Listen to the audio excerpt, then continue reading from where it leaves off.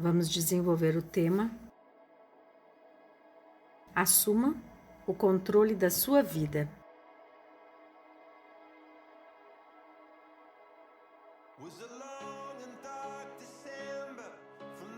Revisando. Na nossa primeira aula, falamos sobre as armadilhas da mente, sobre os grandes inimigos que impedem a mudança de acontecer. Também abordamos o tema, a ciência que estuda a personalidade, a essência dos seres humanos, sendo que alguns traços de personalidade ajudam a entender o perfil emocional da pessoa. Também abordamos o tema raízes da autossabotagem. Também abordamos o tema por que é tão difícil mudar e quais são os estágios da mudança. Também abordamos o tema, o lado oculto e sombrio das emoções. E ainda vamos abordar o tema inteligência emocional. Existe uma abordagem de medo que se divide em várias reações emocionais em pessoas diferentes. Algumas pessoas sentem medo, mas não focam no medo. E precisam de situações mais ousadas e com bastante adrenalina para que esse medo se eleve no seu padrão. E nas pessoas em que o medo não domina, com certeza o funcionamento do cérebro tem alguma diferença, especialmente quando ele está em situação de perigo, de grande ousadia, de enfrentamentos.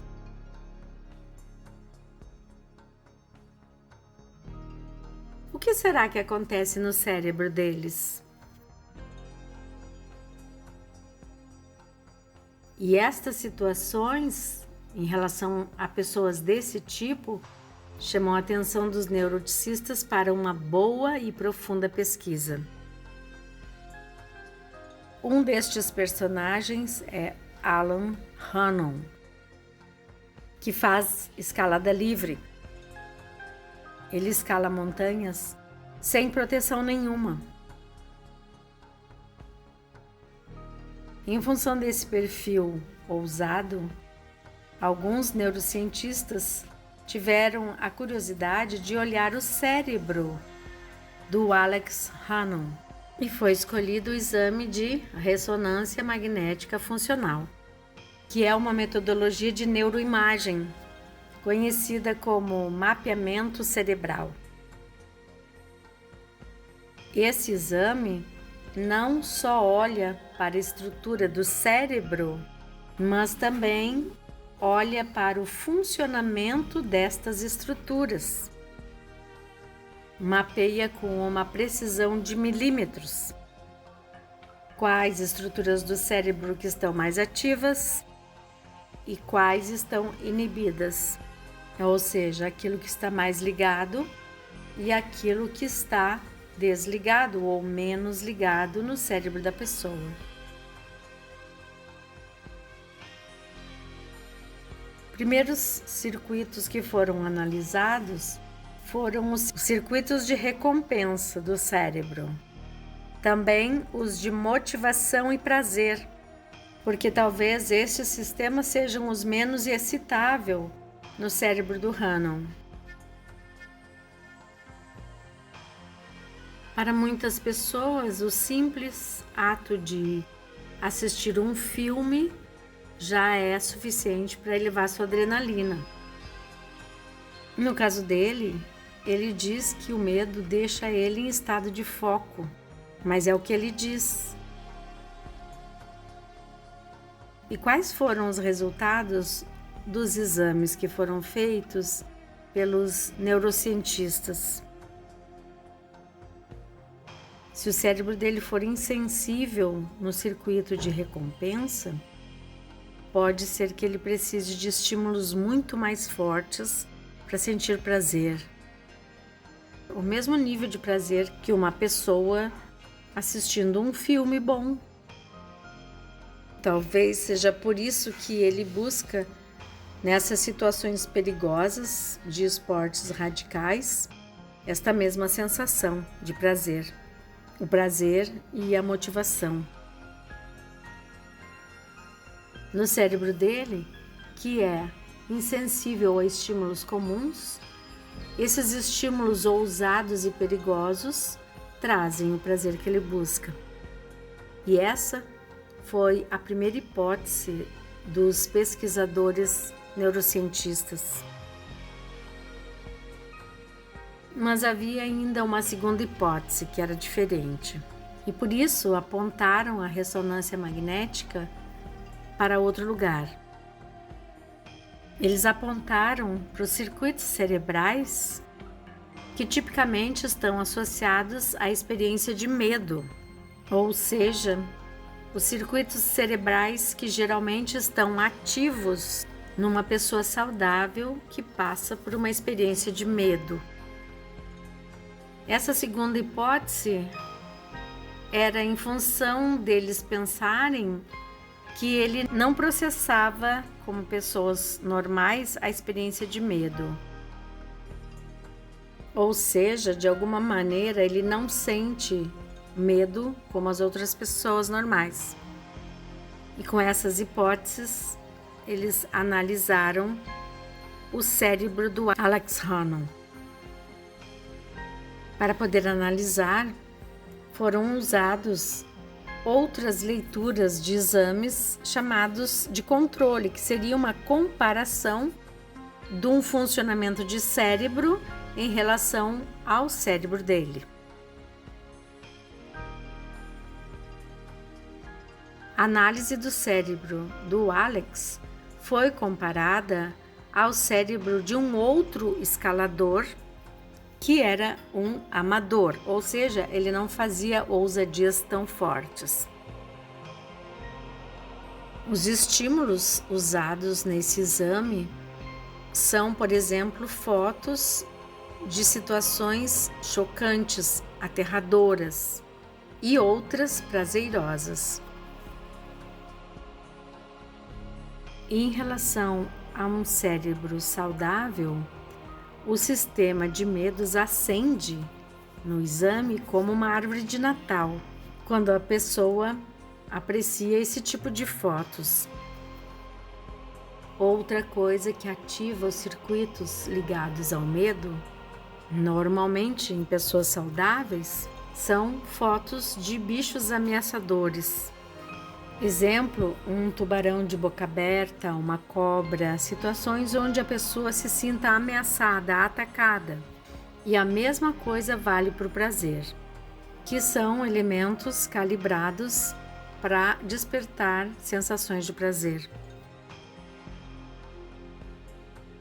No caso do Alex, as primeiras respostas analisadas foram as de motivação e prazer.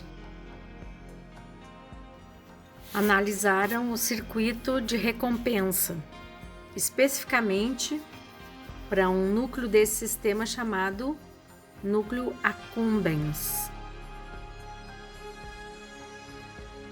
Esse núcleo accumbens é um dos principais receptores de dopamina do sistema de recompensa. A dopamina é uma substância bem complexa que tem diferentes funções em diferentes circuitos cerebrais. Mas no circuito de recompensa, a dopamina está associada à motivação e ao prazer. Ela está associada para o efeito que uma situação tem para nós. Exemplo, quando você olha uma sobremesa deliciosa, ela chama a sua atenção mais do que uma berinjela, por exemplo. A dopamina tem um importante papel em produzir essa saliência, esse realce, mais destaque, para que aquilo pareça mais motivador, mais saliente. Mas, sem exageros, não devemos dizer que a dopamina é a molécula do prazer. Não é bem assim. Ela tem diferentes funções em diferentes circuitos e existem diferentes tipos de dopamina em relação ao foco científico. E existem tipos de dopamina do ponto de vista bioquímico. Enfim, os pesquisadores olharam para o núcleo accumbens do cérebro do Alex para ver se o cérebro funcionava normalmente e se ele tinha a resposta física de uma pessoa saudável, a motivação e o prazer, tipicamente encontrado em pessoas saudáveis.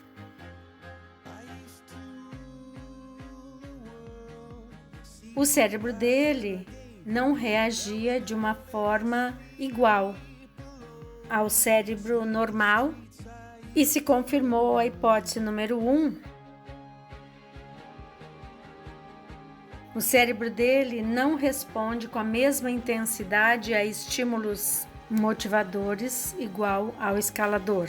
Isso quer dizer que ele precisa de uma dose muito maior de estímulos para sentir um prazer que uma pessoa normal sentiria com menos aceleração. E provavelmente por isso ele busca o radicalismo do esporte perigoso.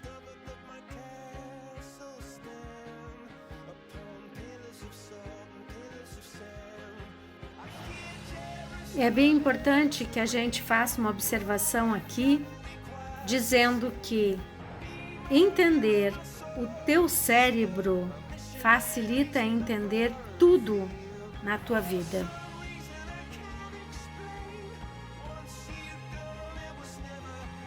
O cérebro do Ronald é insensível ao sistema de recompensa. Por isso, ele busca estímulos perigosos e radicais para alcançar algum nível de prazer. Ele deve ter nascido assim, e conforme foi praticando esses esportes, isso ficou mais arraigado como registro no cérebro dele. Não somos o Alex, mas podemos fazer isso com o nosso cérebro e muita gente faz. Existe algo que estimula muito o sistema de recompensa. A comida. Em particular, existe um tipo de comida que ativa muito o sistema de recompensa. A comida calórica. A natureza é sábia. Os elementos da natureza geralmente trazem equilíbrio. Por exemplo, a frutose das frutas é idêntica ao açúcar para o nosso corpo, mas a fruta vem com a fibra e outros nutrientes que equilibram os males desse açúcar. O ser humano, em sua inteligência e genialidade, descobriu que o açúcar é um alimento prazeroso e conseguiu formas de extrair e refinar o açúcar da natureza. O açúcar é muito potente para ativar o sistema de recompensa. A natureza é sábia porque, por exemplo, ela não oferece açúcar e gorduras misturadas. As frutas mais doces, como a manga, a banana, elas não têm quase nada de gordura. As frutas mais gordurosas, como o abacate, ela não tem quase frutose. Mas o ser humano, na sua inteligência e genialidade, descobriu que misturar o açúcar com gordura potencializa violentamente o poder do açúcar. E aí nós inventamos as sobremesas. E geralmente todas elas são uma combinação de açúcar e gordura. Essa combinação não vem da natureza e ela é uma bomba motivacional para o sistema de recompensa. O açúcar já é viciante, mas o açúcar misturado com a gordura é muito mais. Por exemplo, o brigadeiro é açúcar misturado com gordura. O chocolate ao leite é uma mistura, uma combinação de altas doses de açúcar e gordura, incluindo as caldas de chocolate. Sorvete, açúcar e gordura misturados. Leite condensado, cheesecake, bolo, donuts, churros. Ou seja, grande parte das sobremesas que gostamos é a mistura de açúcar com gordura. Acontece que o cérebro é uma máquina adaptativa. Ele se adapta àquilo que ele vive. Quando essa mistura de açúcar e gordura é muito intensa, o cérebro se adapta a ela. E a cada vez que você ingere a mistura de açúcar com gordura, o teu cérebro vai se tornando insensível no circuito de recompensa.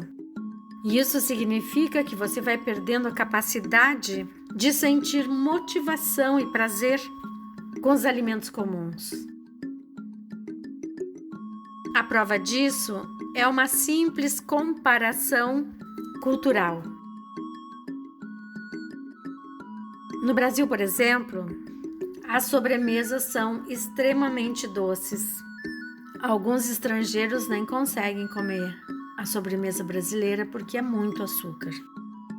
Mas o brasileiro que nasceu comendo essa mistura de açúcar com gordura consegue comer um brigadeiro e achar incrível.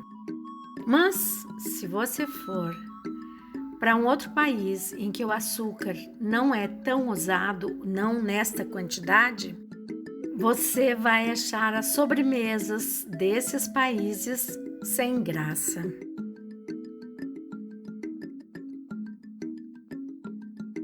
Açúcar e gordura misturados sequestram o sistema de recompensa. Quando você acostuma o teu cérebro a ingerir esse tipo de coisas, ele se torna insensível ao que é comum. Tal como Alex precisa de um esporte perigoso e radical para sentir motivação e prazer, você precisa de muito açúcar, muita gordura e de preferência misturados, motivação e prazer por aquilo que você come. É por isso que tem pessoas que almoçam pensando na sobremesa e, inclusive, não consegue não comer alguma coisa doce após o almoço. Esse é literalmente um vício. E se não bastasse isso, este vício torna o teu cérebro insensível aos alimentos naturais, porque é impossível comer gordura e açúcar misturados e ao mesmo tempo sentir prazer em comer saladas, couve-flor, berinjela, brócolis. Isso vale para todo o alimento industrializado que passa por transformação para ter um sabor mais aguçado. Já foi falado anteriormente sobre alimentação. E a dica principal é: coma comida de verdade, o máximo que você puder. E principal, corte o açúcar. Corte misturas de açúcar com gordura. Simplesmente corte. Isso não só mata, como deprime, causa ansiedade, prejudica a memória, altera o cérebro e, além de tudo, a mistura de açúcar e gordura rouba o prazer do sabor de alimentos saudáveis. Essa fala é para realçar a importância de conhecer o cérebro e como ele funciona. E essa é uma parte muito importante, porque entendermos quando sentimos o desejo de algo doce, é o vício de comportamento que imprimimos no nosso próprio cérebro. Não somos nós exatamente que estamos com o desejo do doce, mas a repetição do hábito se tornou um padrão para o cérebro. Mas vamos continuar na segunda parte. Até lá!